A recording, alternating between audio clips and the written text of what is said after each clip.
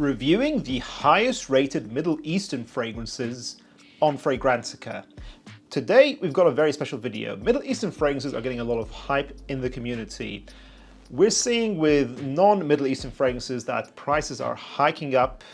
A lot of the times people say that the performance isn't there, the quality isn't there for a lot of the prices you're being asked to give, as well as the presentation of these fragrances are often quite basic in our mainstream non-Middle Eastern fragrance brands.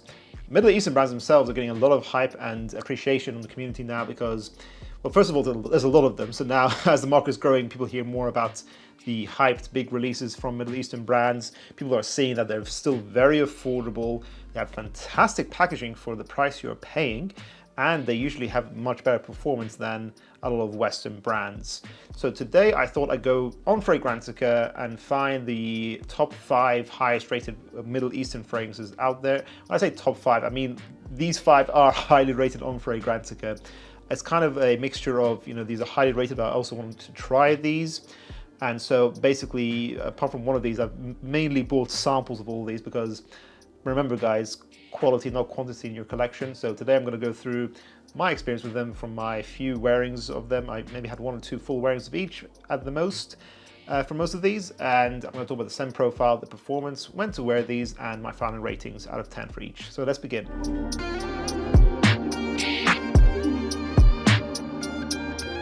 So how I'm going to structure this video, guys, is although they're all highly rated, I'm going to actually structure this video in ascending order from my least to my most favorite. So my least favorite starting at number 5, and then each one out of these 5 gets more and more improved in my opinion. So first of all, we have Lattafa's Khamrah Qahwa. This is a line that gets a lot of hype in the community. Lattafa is a brand that's getting a lot of exposure in general nowadays. They do some fantastic things in my opinion. I've had other fragrances from them like Asad, which I really like.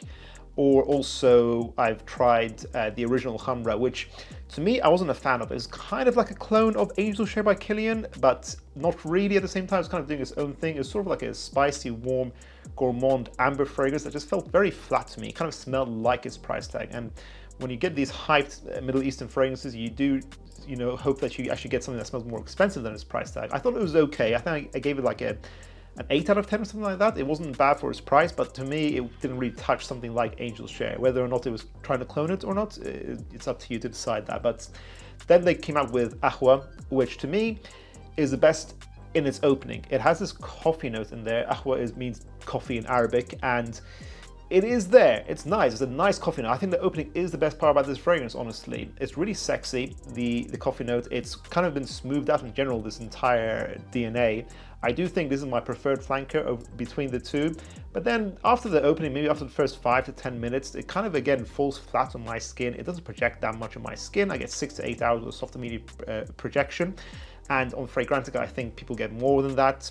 But for me, I really wasn't feeling this. I kind of feel like it's just very similar to the original Khamrah, just a better opening, slightly smoothed out, but still smells like its price tag. Again, good for its price, but it doesn't wow me personally. I don't think this is a bad fragrance, but I still give this a rating of around 8.5 out of 10. Or let's say the original was an 8, I'd maybe give this like an 8.25 out of 10. I think it's just slightly better. I don't think you need to own both. But hey, it's not bad, and again, it kind of stands the test of time with showing that Middle Eastern fragrances can give you something quite nice for its price tag. I would imagine this being a nice cooler weather evening scent. Let's say you want to use this on a date. Unisex, I'd say, perfectly in the middle. Use this in the autumn, winter, and spring. Now, a lot of us have heard of non-alcoholic perfume brands, especially from brands coming out from the Middle East. For example, a really famous one I always knew about was Armaf made a Club de Nuit Intense Man that was non-alcoholic. I think it was a water-based perfume. And today's sponsor is a brand that's been around for over 20 years and have spent many years trying to perfect a formula to create their own non-alcoholic perfumes, their water-based perfumes, and I think they've done a fantastic job. A lot of people don't want to have alcoholic perfumes due to the fact that, of course, a water-based perfume is going to be more gentle on the skin than an alcoholic one. It's not going to sting, and it's not going to dry out the skin as much either. So that's why people like water-based perfumes. Today's sponsor is Nassim Perfumes, who have provided me with a handful of their own fragrances for me to explore and tell you guys about. So as I said, guys, Nassim have made their own secret formula to basically present a water-based perfume, which is super interesting. What's my experience with it? Because this is my first time with non-alcoholic perfumes. It's good. I think it's really nice. I think, as I said, it doesn't have that stinging effect when you, let's say, you shave and you apply the fragrance on top of it. You don't get that anymore, which shows this is not, this doesn't have any alcohol in it, as well as the fact that with water-based perfumes like this, you don't ever get that annoying, stringent, synthetic alcohol smell you get in the opening of some fragrances. You know, people say you spray and just give it a few seconds to settle down. That's from the alcoholic kind of eau de toilette you'll get in the market usually. So that's the big advantage of water-based perfumes. It kind of comes out like a milky, creamy moisturizer is kind of how I describe it. You do need to be careful with these, and even the brand themselves told me that you don't spray too close to your skin. You need to give your skin a bit of distance to not get any residue of the spray. You kind of need to let it dissipate a bit more. So apply from a distance, but this is beautiful. Like, you see the atomizer. They have presented really nice presentations with their fragrances, Nassim. They're giving me Ocean Enigma here, which I'm wearing right now, which is sort of like they saw a DNA like Roger's Elysium, and what they've done is they've made it a bit more Middle Eastern. They've got these citruses, some aquatic notes in here, some vetiver, kind of made it more smoky, but it still smells really clean, musky, and creamy. It's really nice. It's sort of like something only a water-based perfume could make. And I also have Lost in the Woods here, which I think is phenomenal. This is sort of like a Middle Eastern blue fragrance. It's woody, ambery, a little bit spicy. It's deep. It's got some sensuality to it. It's a really nice, balanced amber signature. If you want something like that, you want to smell a little bit Middle Eastern, but really clean and professional at the same time, this is a very attractive fragrance. And it lasts a long time also. It's very woody, Middle Eastern as well, as I said, but it is a very attractive fragrance. And also check out Asmer, which is a nice fragrance from there as well, which is a classic rose and oud fragrance with a nice raspberry touch in there. So not only do Nassim offer you water-based non-alcoholic perfumes, which is a really cool feature, but also I just think they're a very affordable, high-quality Middle Eastern brand that give you long-lasting fragrances with unique DNAs. We're going to leave a link in the description as well in the pinned comment down below, guys, for you to go check them out on their website. They're actually going to be doing a giveaway for you guys to participate in as part of this collaboration with us in the School of Scents. They ship worldwide, so make sure you check them out in the link down below, guys. Thank you so much to Nassim for sponsoring today's video. Let's continue. Next up, we have at number 4, Rasasi Hawas Ice. Now, of course, you guys, if you've been watching my channel for a long time, you know how much I love the original Hawas. I don't stop talking about it. I just won't shut up about it. And of course, eventually I was going to have to check out their newest flanker, Hawas Ice. Now, this was a little bit disappointing to me, I'm not going to lie, because with a name like Hawas Ice, I kind of thought they would do something different with the DNA.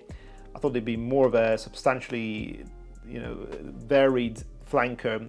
With a name like Ice, I was expecting something a little bit more aquatic, more cooling, fresh, maybe minty, refreshing. But no, it was basically the same fragrance. It is basically the same fragrance. They just kind of smoothed it out. I do think it's slightly better than the original Hawas. It's not as synthetic or as screechy. But yeah, I kind of just feel like it's the same DNA, same formulation, but just kind of modified to be made a little bit better. I would say maybe it smells a little bit more fruity, maybe there's a pineapple note in here, I think. It smells a little bit more powdery, a little bit less aquatic, less screechy from the synthetic aquatic notes. So yeah, and I think maybe they've amped up the cinnamon a slight touch. Maybe that's why it's going a little bit more powdery. So yeah, it's nice. I can see why it's highly rated, but in the context of comparing it to the original, I kind of feel like this is a bit disappointing. It's still a good performer, maybe a little bit less loud as well. So if you want a bit more smooth and a refined version of Hawas, you go for this Hawas Ice. It lasts about 8 to 10 hours still, which is great for a freshie. I'd wear it in the same context as the original Hawas, but it's just a medium projecting fragrance and not as loud as in your face anymore. So yeah, still a solid fragrance, but you don't really need to get it if you have the original. So I'd still give this a 9 out of 10, but it's still a disappointing release to me. What do you guys think? Have you tried this, or do you want to try it now based on what I'm saying? Or maybe you have a different experience to what I'm having right now. 32% of people who watch School of Scent are subscribed to us. If you guys want to see our channel grow, to really help us out, click subscribe. Let's get that number to 40%. Thank you.